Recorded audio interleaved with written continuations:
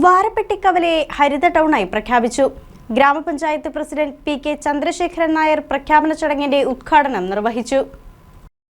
നവകേരളം കർമ്മ പദ്ധതിയുടെ ഭാഗമായി മാലിന്യമുക്തം നവകേരളം വൃത്തിയുള്ള വാരപ്പെട്ടി എന്ന ലക്ഷ്യം കൈവരിക്കാനായി നടത്തുന്ന നിരവധി പ്രവർത്തനങ്ങളിലൊന്നാണ് പ്രധാന കവലകളെല്ലാം ഹരിതം ആക്കുന്നതിനുള്ള നടപടി.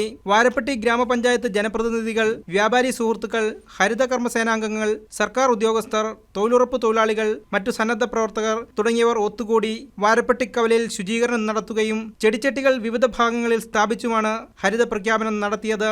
പഞ്ചായത്ത് വൈസ് പ്രസിഡന്റ് ബിന്ദു ശശിയുടെ അധ്യക്ഷതയിൽ നടന്ന ചടങ്ങ് പഞ്ചായത്ത് പ്രസിഡന്റ് പി.കെ. ചന്ദ്രശേഖരൻ നായർ ഉദ്ഘാടനം ചെയ്തു.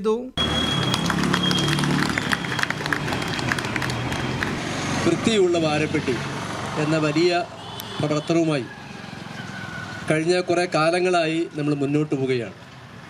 സംസ്ഥാന ഗവൺമെൻറ് എല്ലാ പിന്തുണയും നമ്മുടെ മാലിന്യമുക്തമായിട്ടുള്ള ഒരു കേരളം സൃഷ്ടിക്കുന്നതിന് വേണ്ടിയുള്ള വലിയ പരിപാടി കേന്ദ്ര ഗവൺമെൻറ്റും സംസ്ഥാന ഗവൺമെൻറ്റും അത് ഏറ്റെടുത്ത് മുന്നോട്ട് പോവുകയാണ്. തദ്ദേശ സ്വയംഭരണ സ്ഥാപനങ്ങൾക്കാണ് അതിൻ്റെ ചുമതല നൽകിയിട്ടുള്ളത്. അതുപോലെ ഒപ്പം തന്നെ നമ്മുടെ ഹെൽത്ത് ഡിപ്പാർട്ട്മെൻറ്റിനുമാണ് അതിൻ്റെ ചുമതല നൽകിയിട്ടുള്ളത്. എല്ലാവരും ഒരുമിച്ച് നിന്നുകൊണ്ടാണ് ഈ പ്രവർത്തനം മുന്നോട്ട് പോകുന്നത്.